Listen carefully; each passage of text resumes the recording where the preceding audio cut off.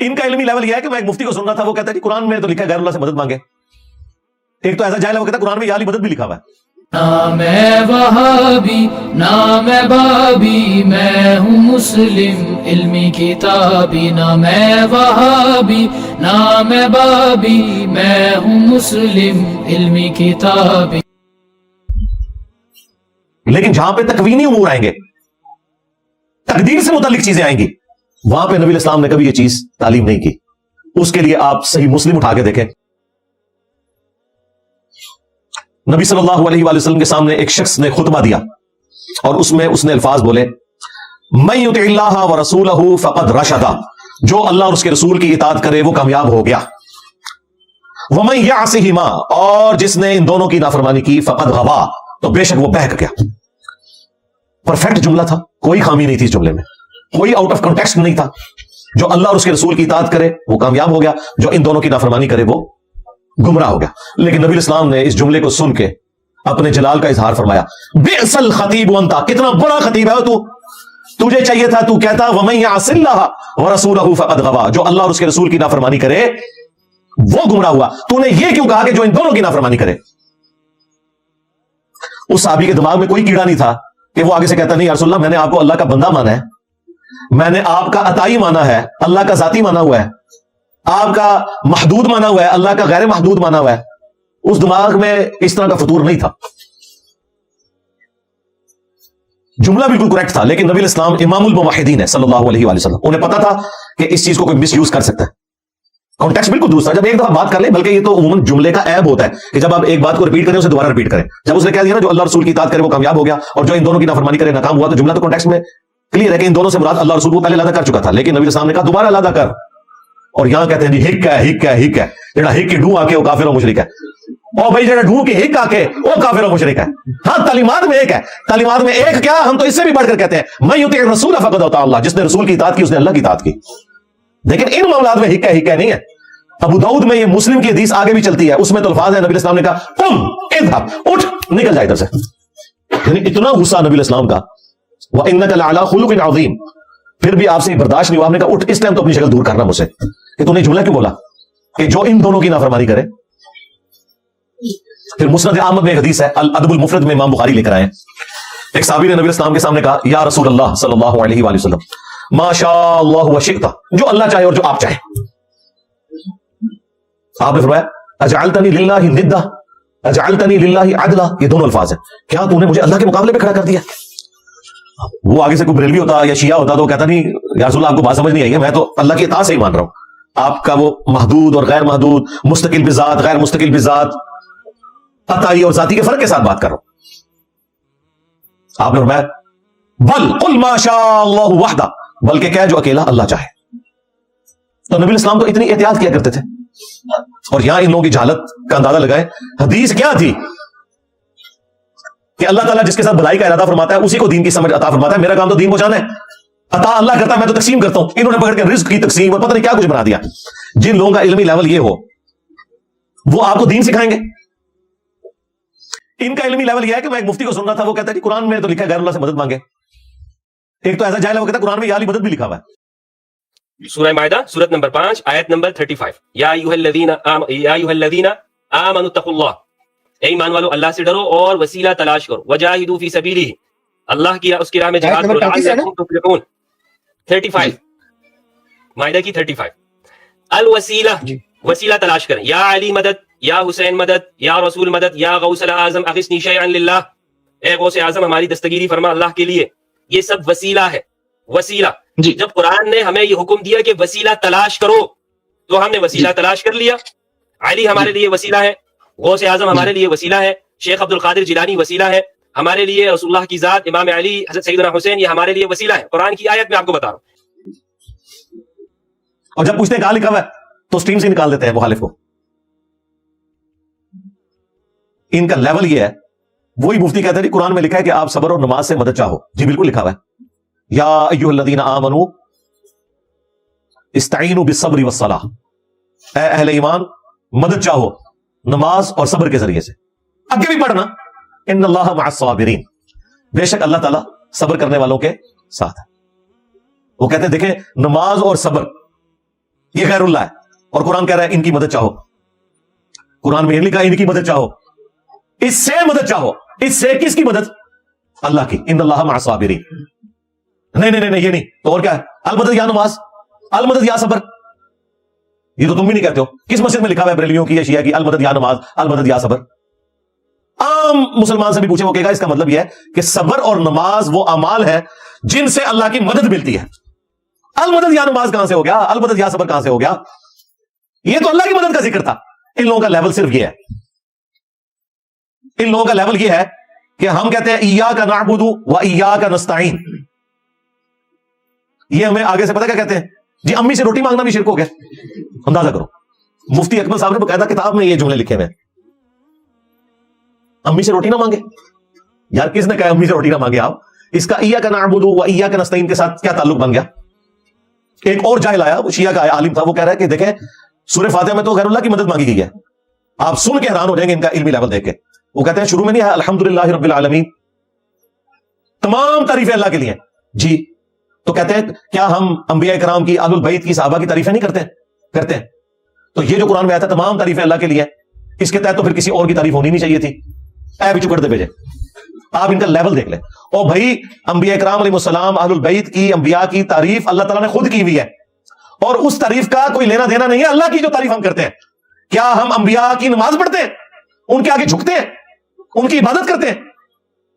وہ تعریف اور ہے, یہ تعریف اور ہے. کہتے ہیں نہیں, چونکہ وہاں آیا تھا تمام تعریفیں اللہ کے لیے, اس کے تحت تو پھر کسی اور کی تعریف نہیں ہونی چاہیے تھی. اسی طریقے سے جب قرآن میں آیا ایاک نعبد و ایاک نستعین, تو پھر مدد بھی کسی اور کی نہیں ہونی چاہیے تھی. اور اگر کسی اور کی مدد ہے تو اس کا مطلب یہ ہے کہ آپ کو سمجھنے میں فرق لگا. بھائی فرق تو آپ کو لگا, آپ کے بزرگوں کو لگا. رکو ذرا, صبر کرو, آجا سمجھاتے ہیں تجھے. قرآن میں لکھا ہے وتعاونوا علی البر والتقوی ولا تعاونوا علی الاثم والعدوان. نیکی اور پرہیزگاری کے کاموں میں ایک دوسرے کی مدد کرو اور برائی میں ایک دوسرے سے الگ رہو. قرآن میں لکھا ہوا ہے کہ امی سے جب بچہ روٹی مانگے تو امی روٹی دے, لیکن یہ نہیں لکھا ہوا کہ امی قبر میں چلی جائے اور قبر سے وہ روٹی نکال کے دے گی. یہ تو یہ کر رہے ہیں نا بھائی, آپ میرے سامنے ہیں, میں آپ کو کہتا ہوں مجھے پانی پلا دیں, بالکل درست ہے, لیکن آپ بغداد میں ہیں اور وہاں بھی قبر کے اندر ہے, اور میں کہتا ہوں کہ جی شیخ عبدالقادر جیلانی 2 بوتلیں نیسلے دی ذرا بھیجیو, نال پیزا بھی. تو عبدالقادر جیلانی نہیں بیچ سکتے بھائی, وہ قبر میں جا چکے ہیں. ہاں یہاں آپ کا کوئی دوست ہے, آپ اسے فون کر کے کہہ سکتے ہیں کہ جی فلاں دوست یہ بھجوا دے, بھیج دیں گے. اسباب کا کیا لینا دینا اس معاملے میں کہ آپ غائب میں کسی کو مدد کے لیے پکارے؟ تو امی سے روٹی مانگنا کوئی شرک نہیں ہے. ظاہری اسباب آپ اختیار کریں گے, ایون بندہ سامنے بھی نہیں, ٹیلی فون پہ آپ کمیونیکیٹ کر سکتے ہیں تو ضرور کریں, منگوا لیں. لیکن اس کو آپ اس طریقے سے پریزنٹ کرنے کی کوشش کریں گے کہ اس سے یا علی مدد یا شیخ عبدالقادر جیلانی مدد ثابت ہو جاتا ہے, تو اپنی عقل کا علاج کروائیں. مجھے بتائیں بارش کون برساتا ہے؟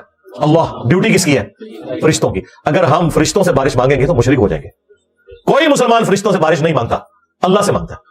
اگر اسباب کو آپ پکارنا شروع کر دیں گے تو شرک ہو جائے گا. فرشتے جن کی ڈیوٹی ہے انہیں پکارنا شرک ہے, تو جن بابوں کی ڈیوٹیاں بھی کوئی ثابت نہیں ہے انہیں پکارنا شرک نہیں ہوگا. مدد کے لیے, ویسے محبت کے لیے پکار سکتے ہیں آپ, لبیک یا رسول اللہ کہیں, لبیک یا حسین کہیں, یہ محبت کے لیے, مدد کے لیے نہیں پکاریں گے. ہم نماز میں پکارتے ہیں السلام علیکم ایھا النبی, اے نبی آپ پر اللہ کا سلام ہو, رحمتیں ہوں, برکتیں ہوں. یا رسول اللہ ہم کہتے ہیں, یا رسول اللہ سے کس کو چھیڑا ہے؟ المدد کہیں گے, کسی پیغمبر کے ساتھ, کسی فرشتے کے ساتھ, کسی جن کے ساتھ, کسی بزرگ کے ساتھ. تو یہ آپ نے اللہ کا حق چھین کے اسے دے دیا. سب سے بڑا اگر کوئی مشکل کشا ہے نا اسباب میں, سورج ہے. سورج کی وجہ سے دنیا میں موسم تبدیل ہوتے ہیں, سورج کی وجہ سے بارشیں برستی ہیں, سورج کی روشنی کی وجہ سے پودے اپنی خوراک تیار کرتے ہیں, ان پودوں کو ہم کھاتے ہیں, جانور کھاتے ہیں. یہ سارے کا سارا فوڈ کا سرکل سورج کی وجہ سے چل رہا ہے. سورج ختم ہو جائے کوئی پودا بھی سلامت نہ رہے پلانٹ ارتھ کے اوپر. یہ ساری کی ساری زندگی سورج کی برکت سے ہے. ہمیں کبھی وہم بھی ہوا ہے کہ ہم, آپ یہ دیکھ لیں, آلموسٹ 2 ہفتے ہونے والے, سورج نہیں نکل رہا, ہمارے جیل میں تو نہیں نکلا دھند کی وجہ سے. تو میں اب کیا کہوں گا, المدد کیا سورج بادلوں سے باہر نکل آئے, ایسا تو نہیں کہہ سکتے کہ ٹھنڈ بڑھ رہی ہے, کہ گرمی کا موسم قریب آ رہا ہے, فرشتوں یہ پیغام دے دو. فرشتوں کو نہیں آپ پکار سکتے, بادلوں کو نہیں پکار سکتے, سورج کو نہیں پکار سکتے, اسباب کو آپ پکار ہی نہیں سکتے. ان لوگوں کا لیول دیکھیں کہ اسباب کو انہوں نے اپنا مشکل کشا سمجھا ہوا ہے, حالانکہ اسباب مشکل کشا نہیں, مشکل کشا مسبب الاسباب ہے. ہاں ظاہری اسباب جو ہیں جو اللہ تعالیٰ نے رکھے ہوئے ہیں وہ تو آپ نے یوز کرنے ہیں. مثال کون سی اٹھاتے ہیں اور فٹ کہاں جا کے کرتے ہیں. اچھا میرے بھائیو, اس کانٹیکسٹ میں ایک اور حدیث ہے صحیح بخاری اور صحیح مسلم کے اندر, بڑی مشہور حدیث ہے, اور اس حدیث کے بارے میں نے اکثر ویڈیوز میں کہا ہے کہ یہ ایک حدیث 3 بنیادی عقیدے کلیئر کر دے گی کہ اس کے بارے میں ایک مسلمان کا کیا ایٹیچیوڈ ہونا چاہیے. یہ حدیث بخاری میں بھی ہے اور مسلم میں بھی. کہ 70 صحابہ کو دھوکے سے شہید کر دیا کافروں نے، اور وہ 70 نبی الاسلام کے لائق ترین سٹوڈنٹس تھے، قرآن جاننے والے تھے۔ اب جب انہیں شہید کیا تو جو ان کے امیر تھے عاصم بن ثابت انصاری رضی اللہ تعالیٰ عنہ علیہ السلام، انہوں نے شہید ہوتے ہوتے ایک دعا کی، اور دعا کے الفاظ تھے، اے اللہ ہمارے نبی کو ہمارے حال کی خبر کر دینا کہ ہم ان کے دین کے اوپر قائم ہیں، اور ہم اپنے رب سے اس حال میں مل رہے ہیں کہ ہم اس سے راضی ہیں اور ہمارا رب ہم سے راضی ہے۔ اے اللہ ہمارے نبی کو ہمارے حال کی خبر کر دینا۔ صحیح بخاری کے الفاظ ہیں، یہ حدیث مسلم میں موجود ہے کہ حضرت جبرائیل علیہ السلام رسول اللہ صلی اللہ علیہ وآلہ وسلم کے پاس حاضر ہوئے، اور انہوں نے عرض کی، یا رسول اللہ آپ کے ساتھیوں کو اس طریقے سے شہید کر دیا گیا، اور انہوں نے شہید ہوتے وقت یہ دعا کی ہے، اور میں اللہ تعالیٰ کی طرف سے آپ کے پاس یہ پیغام لے کر آیا ہوں کہ آپ کے ساتھیوں نے آپ کے لیے یہ پیغام بھجوایا۔ اب دیکھیں نبی الاسلام جب دنیا میں موجود تھے، کسی نے یہ جو حدیث بخاری اور مسلم کی کہ اللہ تعالیٰ عطا فرماتا ہے میں تقسیم کرنے والا ہوں، اس کے تحت انہوں نے یہ رزلٹ نہیں نکالا کہ وہ کہیں یا رسول اللہ انظر حالنا، حالانکہ نبی الاسلام قبر اطہر میں بھی تشریف نہیں لے گئے، مدینہ شریف میں موجود ہیں، اور وہ صحابی کا کہہ رہے ہیں اے اللہ ہمارے نبی کو ہمارے حال کی خبر کر دینا۔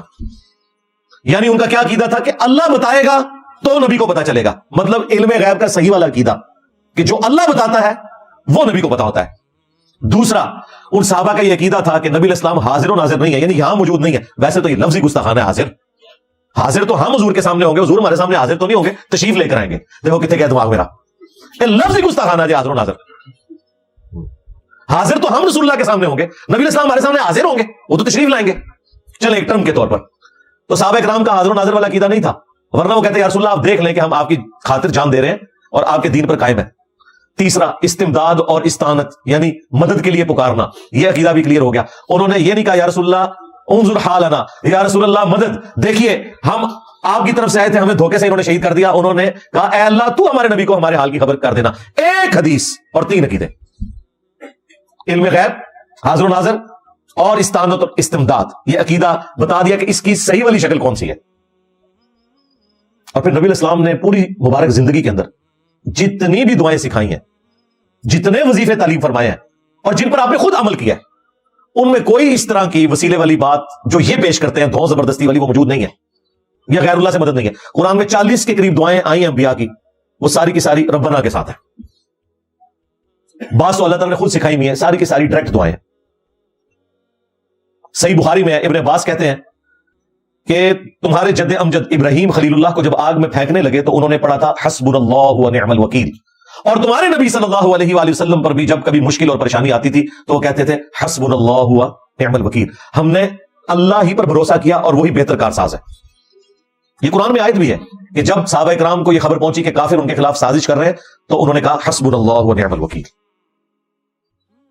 پھر جامعہ ترمذی میں ہے المستدرک للحاکم کے اندر اس کی صحیح سند موجود ہے، سنن نسائی الکبریٰ میں بھی، کہ نبی الاسلام کو جب کبھی بھی مصیبت اور پریشانی آتی تو آپ کیا دعا کرتے؟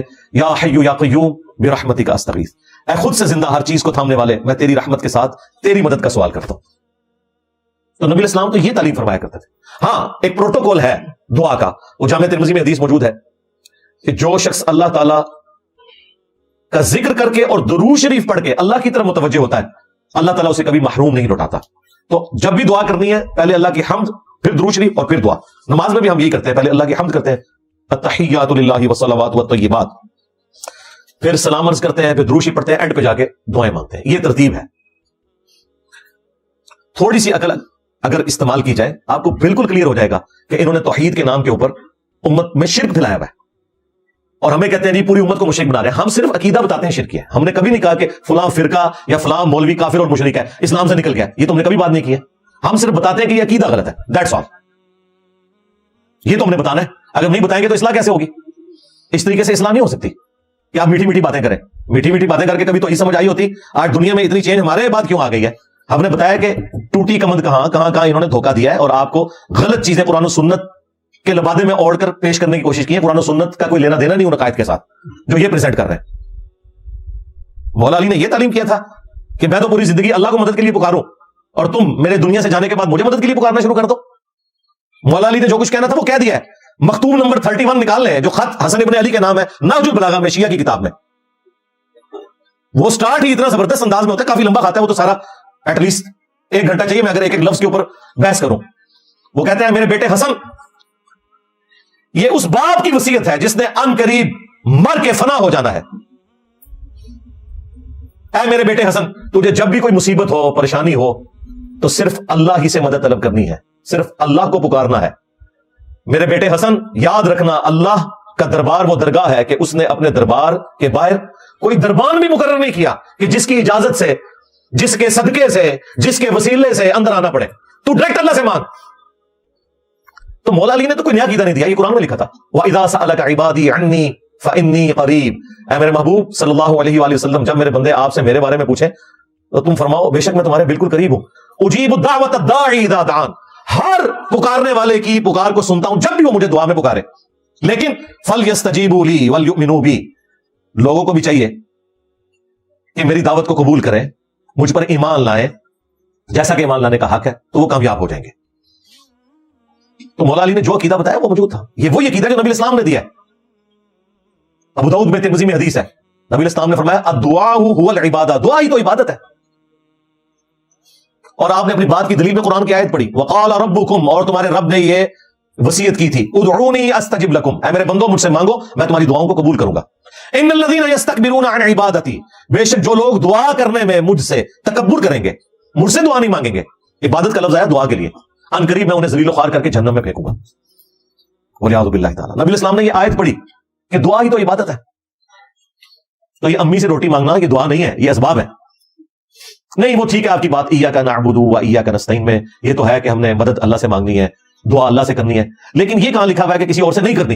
اے بچو کر لیتے, ہم نے وہ بھی نکال دیا. ہاں جی لکھا ہوا ہے کہ دوسرے سے نہیں کرنی. کدھر لکھا ہوا ہے؟ جناب شیعہ کے صبح شام کے اذکار میں لکھا ہوا ہے, قرآن کی آیت ہے, سورۃ النمل کی آیت نمبر 62. یہ شیعہ مکتب کے صبح شام کی دعاؤں میں ہے, اہل البیت کی دعاؤں میں. امن یجیب المضطر اذا دعا, بھلا بتاؤ تو کون ہے جو مصیبت اور پریشانی میں گرے ہوئے شخص کی فریاد کو سنتا ہے. وَيَكْشِفُ السُّوءَ, اور اس سے اس کی تکلیف کو دور کر دیتا ہے. وَيَجْعَلُكُمْ خُلَفَاءَ الْأَرْضِ, اور تمہیں زمین پر اگلوں کا خلیفہ کرتا ہے. یعنی تمہارے ماں باپ مر جاتے ہیں تو انہی گھروں میں تم رہتے ہو, تم مر جاؤ گے تمہاری اولاد, لیکن اللہ کو موت نہیں آتی. زمین پر اگلوں کا خلیفہ کرتا ہے. اَإِلَٰهٌ مَّعَ اللَّهِ, کیا اللہ کے ساتھ کوئی اور معبود بھی ہے؟ قَلِيلًا مَّا تَذَكَّرُونَ, بہت کم ہی نصیحت حاصل کرتے ہو. اس آیت میں اللہ تعالیٰ نے واضح فرما دیا کہ جس کا یہ عقیدہ ہے نا کہ اللہ کے ساتھ کوئی اور شخص بھی مصیبت اور پریشانی میں اس کی دعا سن سکتا ہے, گویا اس نے اسے اپنا خدا مان لیا. یا علی مدد کا مطلب ہے مولا علی کو خدا ماننا. یا شیخ عبد القادر جیلانی کا مطلب ہے عبد القادر جیلانی کو اپنا رب ماننا. کہاں لکھا ہوا ہے قرآن میں؟ اِلَٰهٌ مَّعَ اللَّهِ, کیا اللہ کے ساتھ کوئی اور الہ بھی ہے جس کی یہ کوالٹیز ہوں؟ قلیلا ما تذکرون, لیکن نصیحت بہت کم ہی حاصل کرتے ہو. اللہ نے پہلے کہہ دیا نصیحت بہت کم لوگ حاصل کریں گے. تو قرآن اپنے عقیدہ توحید کے مقدمے میں بالکل کلیئر ہے. اس کے اندر اگر کوئی اپنی طرف سے اپنا لچ فرائی کرنے کی کوشش کرے گا یا کوئی شیطانی عقیدہ داخل کرنے کی کوشش کرے گا تو اللہ تعالیٰ اپنے بندوں کے ذریعے یہ کام لیتا ہے کہ وہ حکمت کے ساتھ وہ تمام وساوس ایڈریس کر دیتے ہیں. کہتے ہیں جی جینیس صاحب کہتے ہیں کوئی بزرگ اپنا پیشاب نہیں روک سکتا, یہ کس آیت حدیث میں لکھا ہوا ہے؟ لکھا ہوا ہے, لکھا ہوا ہے, لکھا ہوا ہے. رکو ذرا صبر کرو, لکھا ہوا ہے. پہلے یہ بتاؤ تمہارا کیا عقیدہ ہے, کوئی بزرگ اپنا پیشاب روک سکتا ہے؟ نہیں, تو بعد میں دکھانے کی ضرورت ہی نہیں, اجماع امت ہے اس عقیدے کے اوپر. یہ بتانے کی ضرورت ہے کہ انسان کتنا مجبور ہے. قرآن میں تو اس سے بھی آگے بہت کچھ لکھا ہوا ہے, اس کے لیے آپ میری ویڈیو دیکھ لیں, شیطانی توحید شیطانی بابوں کا فتنہ. بھائی جب تم یہ کہو گے نا کہ عبداللہ شاہ غازی نے سمندر روکا ہوا ہے, ہاں پھر اللہ کا بندہ کوئی کہے گا کہ کوئی بزرگ اپنا پیشاب بھی نہیں روک سکتا. جب تمہارے فرسودہ نظریات آئیں گے نا تو یہاں سے بھی جملے اسی لیول کے اٹھیں گے. ہاں کیوں اٹھیں گے؟ اس لیے کہ یہ ہمارے امام کی سنت ہے, خلیفہ راشد سیدنا ابوبکر صدیق رضی اللہ تعالیٰ عنہ. مولا علی کا عقیدہ تو آپ نے سن لیا, ابوبکر کا بھی عقیدہ سنیں. صحیح بخاری میں کم از کم 4 جگہ پہ یہ حدیث ہے. نبی اسلام کی میت رکھی ہوئی ہے, حضرت ابوبکر حجرہ عائشہ میں داخل ہوئے, نبی اسلام کے چہرے اقدس سے کفن کو ہٹایا, ماتھے پہ بوسہ دیا, کہا یا رسول اللہ, اللہ تعالیٰ آپ پہ 2 موتیں جمع نہیں کرے گا. کیونکہ باہر حضرت عمر نے تلوار اٹھائی ہوئی تھی اور وہ یہ کہہ رہے تھے جو یہ کہے گا کہ نبی اسلام دنیا سے تشریف لے گئے میں اسے قتل کر دوں گا. اس کا یہ مطلب نہیں تھا کہ حضرت عمر کا عقیدہ نہیں تھا کہ نبی اسلام نے دنیا سے نہیں جانا, انہیں پتا تھا, لیکن انہوں نے غلط تعویل کر لی کہ نبی اسلام نے چونکہ وعدہ دیا ہے, بخاری مسلم میں آیا کہ ان قریب رومن اور پرشین امپائرز گر جائیں گی. حضرت عمر یہ سمجھتے تھے نبی اسلام کی مبارک زندگی میں یہ ہوگا. تو جس طرح حضرت موسیٰ علیہ السلام 40 دن کے لیے کوہ طور پہ چلے گئے اور پھر واپس آ گئے تھے, نبی اسلام بھی ڈورمنٹ پوزیشن میں گئے, واپس آ جائیں گے اور یہ کام پورا ہوگا. لیکن وہ اللہ کی مرضی تھی خلفائے راشدین کے دور میں پورا ہو، تاکہ بعد میں جو کتے بھونکے خلفائے راشدین کے اوپر ہم انہیں بتا سکیں کہ هو الذی ارسل رسولہ بالہدی ودین الحق لیظہرہ علی الدین کلہ، وہی اللہ ہے جس نے اپنے محبوب علیہ السلام کو الہدا اور دین حق کے ساتھ مبعوث کیا تاکہ اسے تمام ادیان پر غالب کر دے۔ تو نبی علیہ السلام کی دعوت حق کی یہ کمپلیشن اور تکمیل خلفائے راشدین کے دور میں جا کر ہو، تاکہ پتہ چلے کہ خلفائے راشدین کے پیچھے اللہ ہے۔ تو یہ چیز اللہ تعالیٰ نے انشور کی کہ نبی علیہ السلام کی دعوت حق کا جو پیک ہے وہ خلفائے راشدین کے دور میں آئے۔ بہرحال حضرت ابوبکر رضی اللہ تعالیٰ عنہ نے باہر نکل کر مسجد نبوی میں خطبہ دیا اور کہا کہ لوگوں عمر کو اس کے حال پہ چھوڑ دو۔ تو لوگ حضرت عمر کی طرف سے ہٹ کے حضرت ابوبکر کی طرف متوجہ ہوئے، ظاہر ہے وہ بڑی پرسنالٹی تھے۔ حمد و صلات کے بعد پہلا جملہ جو بولا حضرت ابوبکر نے وہ وہی جملہ تھا جو انجینئر صاحب اپنی طرف سے بولتے ہیں۔ انہوں نے کہا الا من کان یعبد محمدا فان محمدا قد مات، آگاہ ہو جاؤ جو بھی تم میں محمد کی عبادت کرتا تھا جان لے محمد مر چکے۔ ومن یعبد اللہ، اور جو کوئی اللہ کی عبادت کرتا تھا وہ جان لے فان اللہ حی لا یموت، کہ بے شک اللہ تعالیٰ زندہ ہے اسے کبھی موت نہیں آئے گی۔ کسی نے نہیں پوچھا کہ حضرت یہ کس آیت اور حدیث میں لکھا ہے کہ جو محمد کی عبادت کرتا تھا جان لے محمد مر چکے؟ آپ نے تو مرنے کا لفظ استعمال کیا، وصال شریف بھی نہیں استعمال کیا، وفات شریف بھی استعمال نہیں کیا۔ اس کے بعد قرآن کی آیت پڑھی، اس آیت میں بھی یہ نہیں لکھا ہوا تھا، لیکن اس آیت کی تشریح کی۔ ہاں اس طریقے سے ہم بھی تشریح کرتے ہیں۔ جب اللہ تعالیٰ فرماتا ہے نا اے نبی تم فرماؤ کہ میں تو اپنی جان کے لیے بھی کسی نفع اور نقصان کا مالک نہیں ہوں، تو اگر رسول اللہ کا یہ سٹیٹس ہے تو بابے تو چاہیے کوئی نہیں۔ تو نفع نقصان میں جتنی بھی چیزیں آتی ہیں نا ان سب کی سب چیزوں کا مالک اللہ ہے، وہ کسی پیغمبر کا، کسی فرشتے کا، کسی بزرگ کا اختیار نہیں ہے۔ نفع میں کیا آتا ہے؟ سانس، کھانا پینا، زندگی، اور نقصان میں پیشاب کا بند ہو جانا، سانس کا رک جانا۔ ہاں تو یہ ہر چیز اللہ تعالیٰ کے اختیار میں، ہر نفع ہر نقصان کا مالک اللہ ہے۔ حضرت ابوبکر نے فرضی جملہ بولا، کیا صحابہ کرام میں کوئی عبادت کرتا تھا؟ انہوں نے تو 295 لگوا دینی تھی کہ جی تو نے صحابہ کے اوپر شرک کا فتویٰ لگا دیا، ہم میں سے تو کوئی رسول اللہ کی عبادت نہیں کرتا تھا، کوئی صحابی بھی نہیں کھڑا ہوا۔ انہیں پتا تھا کہ حضرت ابوبکر توحید کو اسٹیبلش کر رہے ہیں، یہ موقع ہے اور یہ رسول اللہ کی کامیابی ہے کہ نبی اسلام کی میت کے اوپر نعتیں نہیں پڑھی جا رہی، توحید کا خطبہ ہو رہا ہے۔ میں نے کہا تھا بریلویوں تمہارے مولوی یہ خطبہ ہی نہیں بیان کر سکتے، صرف صدیق اکبر کانفرنس کر سکتے ہیں، ہاں ابوبکر صدیق کا خطبہ نہیں بیان کر سکتے۔ اس کے بعد پھر انہوں نے آیت پڑھی وما محمد الا رسول قد خلت من قبلہ رسل، محمد تو نہیں مگر ایک رسول، اور ان سے پہلے بھی اور رسول ہو گزرے ہیں۔ افئن مات او قتل، اگر یہ مر جائے یا قتل ہو جائے، یا پاکستان میں ترجمہ کر لیں کہ اگر یہ وصال فرما جائے یا شہید ہو جائے، تو کیا تم اپنے دین سے الٹے قدم پھر جاؤ گے؟ کیا تم نے نبی کے اوپر احسان کیا کلمہ پڑھ کے؟ یہ تو اللہ کا احسان ہے کہ نبی کے ذریعے تمہیں ایمان کی دولت دی، تو کیا رسول اللہ دنیا سے چلے جائیں گے تو دین چھوڑ دو گے؟ یہ غزوہ احد کے موقع پر جب نبی علیہ السلام کی شہادت کی خبر مشہور ہو گئی تھی تو اس وقت یہ آیت نازل ہوئی تھی، اور دیکھیں استعمال کب ہوئی جا کے۔ پھر اگلی آیت پڑھی انک میت وانہم میتون، اے نبی تمہیں بھی موت آنی ہے اور تمہارے مخالفین کو بھی مرنا ہے۔ لیکن جو حضرت ابوبکر کا اپنا خطبہ ہے وہ اپنا ذاتی خطبہ ہے ان کا، وہ قرآن و سنت میں کہیں نہیں ہے، لیکن بات کو سمجھانے کے لیے بولنا پڑتا ہے۔ حضرت ابوبکر کو پتا تھا محمد رسول اللہ نے بھی ایک دوسرا جیسس کرائسٹ بن جانا ہے، اگر اس موقع کے اوپر میں ذرا سا ڈھیلا پڑا، کیونکہ نبی الاسلام نے فرمایا تھا صحیح بخاری میں، دیکھنا میری شان کو اس طرح بلند نہ کرنا جس طرح نصارہ نے اپنے پیغمبر کو بڑھا دیا، میں اللہ کا بندہ اور اس کا رسول ہوں، مجھے اللہ کا بندہ اور اس کا رسول ہی کہنا۔ حضرت ابوبکر صدیق کو سب کچھ پتا تھا کہ یہ کچھ ہو سکتا ہے۔ اینڈ ٹائم کے اوپر سیدنا ابوبکر نے چھکا مارا، جی ایسا چھکا مارا کہ آج ہم ان کے منہ کے اوپر کالک مل سکتے ہیں کہ دیکھو توحید اس طرح بیان ہوتی ہے۔ توحید جب بیان ہوگی پھر حضرت ابوبکر کہیں گے کہ جو محمد کی عبادت کرتا تھا جان لے محمد مر چکے، اگرچہ عبادت کوئی نہیں کرتا تھا۔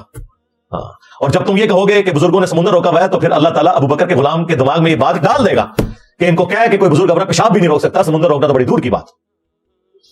ہمارے بھی بھولے بالے اسٹوڈنٹس جو ہے نا بعض، جی اس معاملے میں ہم انجینئر صاحب سے اختلاف رکھتے ہیں، اور نہ تو اختلاف کو کرنا ہے تو چاچا اختلاف کرو، پہلے کسی کا مقدمہ سمجھو۔ اختلاف کر کے سائڈ پہ ہو جاتے ہیں لوگوں کے دباؤ کی وجہ سے، لوگوں کو خوش کرنے کے لیے۔ میں ایک ایک جملے کا ذمہ دار ہوں اللہ کے فضل سے، اللہ کے فضل سے۔ جہاں مجھے لگے گا کوئی غلط بات ہے میں رجوع بھی کروں گا، میں الحمدللہ رجوع کرتا ہوں۔ جب مجھے لگا کہ میں مزاروں پہ جانے سے روک رہا ہوں تو میں نے رجوع کیا، اور میں نے کہا جایا کریں مزاروں پہ، اور وہاں اونچی آواز سے کہیں کہ اللہ جو یہ بابا دفن ہے اس کی اگلے پچھلے سارے گناہ جو یہ چھپ کے کرتا تھا، جو یہ لوگوں کے سامنے کرتا تھا، وہ سارے گناہ معاف کر دیں، اس کی قبر میں کیڑے نہ پڑے۔ قیامت والے دن جب یہ ننگا اٹھایا جائے تو اللہ اسے لباس پہنانا۔ قیامت والے دن جب یہ پانی کی تلاش میں مارا مارا پھر رہا ہو تو حوض کوثر نصیب فرمانا۔ یہ سارے الفاظ بولو تاکہ پتہ چلے کہ کیا اوقات ہے ان کے بزرگوں کی۔ میرے نبی صاحب ہاں کوئی نہیں، تیرے بابے تھے شاعری کوئی نہیں۔ ہمیں آگے یہ چیزیں سکھاتے ہو اللہ کے بندو۔ اللہ تبارک و تعالیٰ نے قرآن و سنت میں ہر شخص کے لیے حصہ رکھا ہوا ہے۔ قیامت تک جب جب فتنے اٹھیں گے نا تب تب اللہ تبارک و تعالیٰ اپنے بندوں کے ذریعے کام لیتا ہے کہ ان فتنوں کو ایڈریس کیا جاتا ہے اور وہ اس دور کی لینگویج بول کے ایڈریس کیا جاتا ہے، ورنہ بات سمجھ نہیں آتی۔ آج کے تو ہمارے میجورٹی پرابلمز وہ ہیں جو آپ کو امت کے مفسرین نے بھی ایڈریس کیے ہوئے نظر نہیں آئیں۔ مثلا اگر آپ سے میں کہوں کہ ابن کثیر نے کہیں علم غیب کا مسئلہ، حاضر و ناظر کا مسئلہ ایڈریس کیا ہوا ہے، استعانت کا مسئلہ، جب یہ بیماریاں اٹھتی ہیں نا پھر اسی طریقے سے مسئلوں کو ایڈریس کیا جاتا ہے۔ کہتے نہیں خلافت و ملوکیت کہاں سے آ گئی؟ بھائی جب محمود احمد عباسی ناسبی یہ کتاب لکھے گا خلافت معاویہ و یزید اور دفاع کرے گا بنو امیہ کا جھوٹا، تو مودودی صاحب کو اللہ تعالیٰ اٹھائے گا کہ وہ خلافت و ملوکیت لکھے؟ مودودی صاحب نے جواب میں کتاب لکھی ہے، گند تمہارے بزرگ کریں، اہل بیت کے ساتھ دشمنی تمہارے بزرگ کریں، تو اللہ تعالیٰ اپنے بندوں کے ذریعے اہل بیت کا دفاع بھی کرواتا ہے۔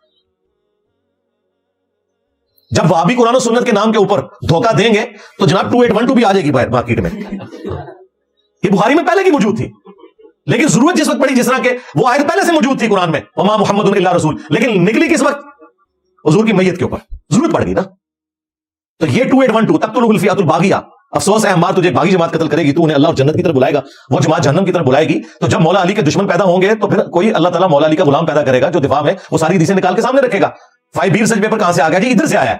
ہاں، تو وقت کے ساتھ ساتھ ضرورت پڑتی ہے تو ان ایشوز کو ایڈریس کرنے کے لیے اسی طرح کے دلائل کی ضرورت پڑتی ہے۔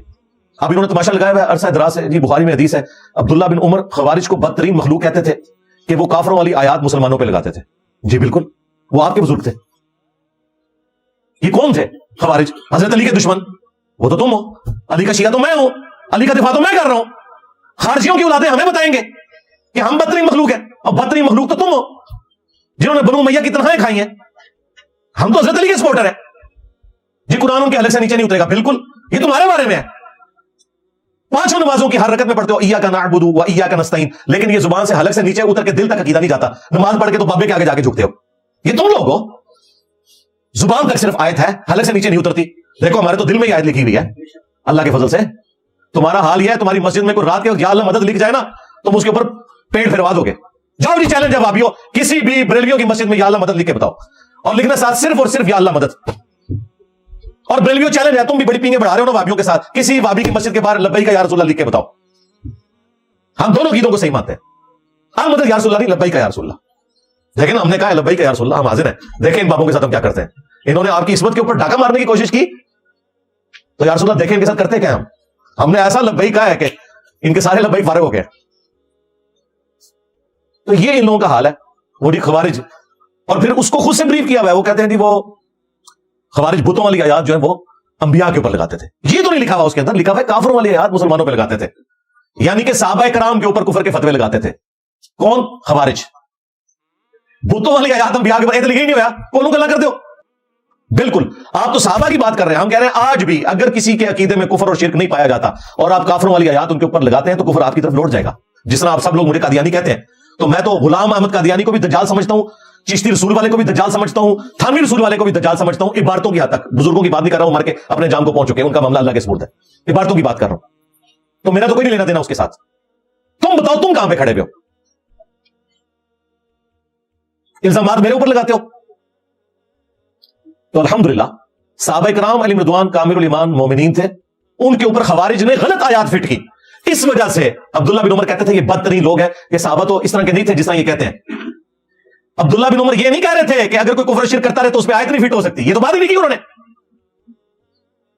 اور خود یہ فٹ کرتے ہیں۔ ہاں، ہر گستاخ رسول کو کہتے ہیں کہ یہ آؤٹ آف ویڈ لاک پیدا ہوا ہے۔ جب تک بریلوی تھا اللہ علی تھا، جیسے بریلوی چھوڑتا کہتے ہیں یہ تو رامی ہے، قرآن میں لکھا ہے بعد ذالک زنیم۔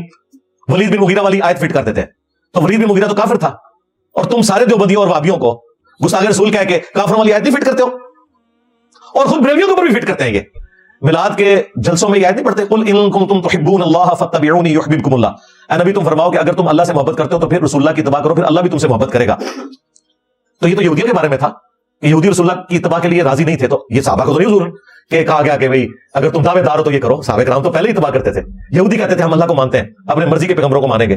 اللہ نے کہا کہ اگر یہ اللہ سے محبت کے دعوے دار ہے پھر آپ کی بات ماننی پڑے گی۔ تو یہ تو یہودیوں کے بارے میں تھی، مسلمانوں پہ نہیں فٹ کرتے۔ جسے فٹ اسے گفٹ، ہاں جسے فٹ نہیں ہے اسے گفٹ کرنا۔ بخاری مسلم میں حدیث ہے اگر کسی نے کسی مسلمان کو کافر کہا کفر اس کی طرف لوٹ جائے گا، جان بوجھ کے اگر ایسا کیا تو وہ کفر کا فتویٰ اس پہ لوٹ جائے گا۔ تو عبداللہ بن عمر کا فتویٰ بالکل ٹھیک ہے کہ بدترین ہے وہ لوگ جو صحابہ کرام کو کافر کہتے ہیں، یعنی کہ خوارج۔ لیکن اس کو اس اعتبار سے پریزنٹ کرنا کہ جی ہم اب شرک سے متعلق آیات اور احادیث شرک کرنے والوں کے اوپر نہ لگائیں کیونکہ وہ کلمہ گو ہیں. نہیں, ہم ان کے عقیدے کی گمراہی واضح کریں گے, ان کو کافر و مشرک نہیں کہیں گے, عقیدے کی گمراہی واضح کریں گے. اور اس میں توحید کی دعوت دینے والوں سے بھی بڑی مس ہینڈلنگ ہوئی ہے, علماء عرب سے بھی بڑی مس ہینڈلنگ ہوئی. آپ ان کی بھی توحید کی کتابیں اٹھا کے دیکھیں, وہ ساری بتوں والی آیات انہوں نے لکھی ہوئی ہوتی ہے. وہ جب بریلوی پڑھتے ہو کہتے ہیں تو بتوں کے بارے میں, یہ تو ہم تو بتوں کی بات ہی نہیں کر رہے, ہم تو انبیاء کرام کی بات کر رہے ہیں, اولیاء اللہ کی بات کر رہے ہیں. تو میں نے انہیں کہا تھا رکو ذرا, صبر کرو, انہوں میرے حل پہ جو میں بیٹھے نا, میں نے تو دعا صرف اللہ ہی سے ریسرچ پیپر نمبر 3 اور اپنے لیکچر کے اندر اور باقی لیکچرز میں آیات ہی ساری وہ کوٹ کی ہیں جو ہے ہی انبیاء کرام کے بارے میں, اور عام نبی نہیں, اولو العزم 5 پیغمبروں میں سے ایک عیسیٰ ابن مریم. اگر عیسیٰ ابن مریم کے بارے میں کوئی عقیدہ قرآن میں آ گیا تو عیسیٰ ابن مریم تو بت نہیں ہے نا, کیونکہ عیسیٰ کے جیسا ہے ہی کوئی نہیں, تیرے بابے تھے شے ہی کوئی نہیں.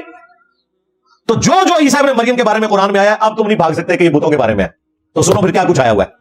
عیسیٰ ابن مریم کے بارے میں آیا, مل مسیح ابن مریم الا رسول, عیسیٰ ابن مریم تو نہیں تھے مگر ایک رسول ہی. وَأُمُّهُ صِدِّيقَةٌ, اور ان کی ماں ایک سچی عورت تھی. كَانَا يَأْكُلَانِ الطَّعَامَ, وہ دونوں روٹی کھانے کے محتاج تھے. ہائے ہائے ہائے, اب یہ نہیں مطلب ہوگا کہ روٹی افضل ہوگی, یہ تو یہ رزلٹ نکالتے ہیں نا جی, چڑیا اڑ سکتی ہے تو ولی کیوں نہیں اڑ سکتا, اڑو نا. ہاں, ولیوں کے ماننے والے تو چڑیا سے تو بہتر ہے نا, تو چڑیا تو اڑتی ہے, مننے والے کیوں نہیں اڑ دے. ہاں بھائی, چڑیا کو اللہ نے وہ کوالٹیز دی ہیں جو انسان کو نہیں دی. اس میں کوئی ایسی چیز نہیں ہے کہ جس میں انسان کی کوئی توہین ہو جائے. وہاں پہ بھی اگر اللہ کہہ رہا ہے کہ عیسیٰ ان کی ماں کھانا کھانے کے محتاج تھے, اس کا یہ مطلب نہیں ہے کہ کھانا افضل ہو گیا حضرت عیسیٰ علیہ السلام سے. اللہ نے یہ بتایا کہ اللہ اور مخلوق میں یہ فرق ہے کہ اللہ کھانا نہیں کھاتا. ہاں, اللہ تعالیٰ نے سورۃ الانعام میں فرمایا, سورہ الذاریات میں, وہ کچھ نہیں کھاتا, سب کو وہ کھلاتا ہے. ہاں, خالق اور مخلوق کا فرق یہ ہے, دونوں کھانا کھایا کرتے تھے. دیکھو ہم اپنی آیات کتنی کھول کھول کر بیان کر رہے ہیں, اور ان کی طرف دیکھو کتنے الٹے پھیرے جا رہے ہیں. اے نبی سے فرماؤ, کیا قل اتعبدون من دون اللہ, اے نبی سے فرماؤ کیا تم من دون اللہ, عیسیٰ اور ان کی ماں کو. اور مفتی یہ کہتا ہے جو درمیان ہی ہے نا, سنی ہے نا شیعہ, کہتا ہے من دون اللہ جو ہے نا وہ اللہ نے بتوں کو کہا ہے. اور پڑھو قرآن, من دون اللہ اللہ نے انبیاء کو بھی کہا ہے. جب مخلوق انبیاء کو اللہ کے مقابلے پہ کھڑا کرے گی تو انبیاء بھی پھر من دون اللہ میں ہی آئیں گے, اس میں انبیاء کی توہین نہیں ہوگی. کیا تم من دون اللہ کی عبادت کر رہے ہو, عیسیٰ ان کی ماں کی, جو نہ تمہارے نقصان کے مالک ہیں نہ نفع کے. واضح لکھا ہوا ہے, من دون اللہ بھی کہہ دیا, اور یہ کہہ دیا عیسیٰ اور ان کی والدہ کسی کے نفع نقصان کے مالک نہیں. اگر عیسیٰ اور ان کی والدہ کسی کے نفع نقصان کے مالک نہیں تو بابے تو چاہیے کوئی نہیں, لے جاؤ بابے. تو ہر آیت سے یہ رزلٹ نکل رہا ہے کہ بابے تو چاہیے کوئی نہیں. اچھا, اس کا بھی جواب دیتے ہیں, کہتے ہیں دیکھیں ہم تو باپوں کی عبادت نہیں کرتے. قرآن میں ہے کہ اے نبی تم ایسوں کو پوج رہے ہو کہ جو نہ تمہارے نقصان کے مالک ہیں نہ نفع کے. تو ہم تو بزرگوں کو نہیں پوچھتے ہیں, ہم تو انہیں اللہ کا بندہ مانتے ہیں. ہم کہتے ہیں نا, آگے کیا لکھا ہے, یہ تمہارے نقصان اور نفع کے مالک نہیں ہیں. عبادت والی بات چھوڑو, ہم کب کہہ رہے ہیں کہ تم اولیاء اللہ کی عبادت کر رہے ہو, اگرچہ کر رہے ہو. جب ایاک نستعین کی وائلیشن کرتے ہو نا, یا شیخ عبد القادر جیلانی کہہ کے, تو سورۃ النمل کی آیت نمبر 62 میں آیا الہ مع اللہ, کہ اللہ کے ساتھ کوئی اور الہ بھی ہے جس سے دعا مانگی جائے, تم عبادت کر رہے ہو. چلیں ہم for the sake of argument اس کو صرف نظر کرتے ہوئے آگے چلتے ہیں. آگے لکھا ہے عیسیٰ اور ان کی والدہ کسی کے نقصان اور نفع کے مالک نہیں ہے. اب بتاؤ, ادھر آگے بند ہو جاتی ہے زبان, یہ آخری چکا ہوتا ہے, یہ آخری کیل ہوتا ہے ان کے تابوت میں, کہ اگر عیسیٰ ان کی والدہ کسی کے نقصان اور نفع کے مالک نہیں ہے تو بابے شاہی کوئی نہیں. پھر اللہ تعالیٰ نے جو غصے کا اظہار کیا, لقد کفر الذین قالوا ان اللہ هو المسیح ابن مریم, بے شک وہ لوگ کھلا کفر کر رہے ہیں جو کہہ رہے ہیں کہ اللہ ہی عیسیٰ ابن مریم ہے. فمن یملک من اللہ شیئا, اے لفظ ہے بابے شاہی کوئی نہیں, شیئا. اے نبی ان سے فرماؤ بھلا اللہ کے مقابلے پہ کوئی کیا کر لے گا؟ اگر اللہ ارادہ کرے عیسیٰ ابن مریم, ان کی ماں اور جتنے زمین میں ہیں تمام کو ہلاک کر دے, اللہ کا کوئی کیا بگاڑ لے گا؟ کام ڈالا تھا کرسچنز نے, لیکن اللہ تعالیٰ نے عیسیٰ اور ان کی والدہ کو سینٹرڈ کرتے ہوئے کتنے سخت جملے بول دیے کہ اگر عیسیٰ, ان کی والدہ اور جتنے زمین میں سارے بزرگ فارغ ہو گئے نا, سب کو اللہ ہلاک کر دے. یہ بھی نہیں کہا موت دے دے, غصے کے ساتھ ان کو ہلاک کر دے اللہ. اللہ کا کوئی کیا بگاڑ لے گا؟ جناب جب توحید بیان ہوتی ہے پھر اسی طریقے سے گفتگو ہوتی ہے. نہیں اللہ کر سکتا ہے تو اسی نہیں کر سکتے. ہائے ہائے, انجینئر صاحب نے ادھر بھی جواب دے دیتا, کیا ابو بکر اللہ نے, ہاں یہ ابو بکر نے کیا ہے, الا من کان یعبد محمدا فان محمدا قد مات, آگاہ ہو جاؤ جو محمد کی عبادت کرتا تھا جان لے محمد مر چکے, اور جو اللہ کی عبادت کرتا تھا جان لے اللہ زندہ ہے. یہ ابو بکر بول رہے ہیں, اللہ نہیں بول رہا. اگر صرف آیت حضرت ابو بکر نے پڑھی ہوتی تو یہ بچ سکتے تھے کہ وہ صرف آیت حوالہ کوٹ کر رہے, صرف آپ کچھ نہیں سن کہہ رہے, لیکن انہوں نے آپ خود کہہ دیتا, بس ختم, بس ہوا نکل گئی. ٹوٹل پوری بریلویت اور شیعت دا شرک ایسی ہے جڑا میں اینج کر کے نا ਪੈਸੀਫਿਕ ਓਸ਼ਨ ਵਿੱਚ ਨਾ ਉਹਦੇ ਸਭ ਤੋਂ ਥੱਲੇ 10.5 ਕਿਲੋਮੀਟਰ ਥੱਲੇ ਜਿਹੜੀ ਉਹ ਘਾਟੀ ਹੈ ਜਿੱਥੇ ਟੈਕਟੋਨਿਕ ਪਲੇਟਸ ਐਂਡ ਕਰਕੇ ਮਿਲਦੀਆਂ ਉੱਥੇ ਸੁੱਟ ਦਿੱਤਾ ਇਹਨਾਂ ਦਾ ਸ਼ਿਰਕ। ਨਿਕਲ ਜਾਓ ਇੱਥੋਂ ਤੁਸੀਂ।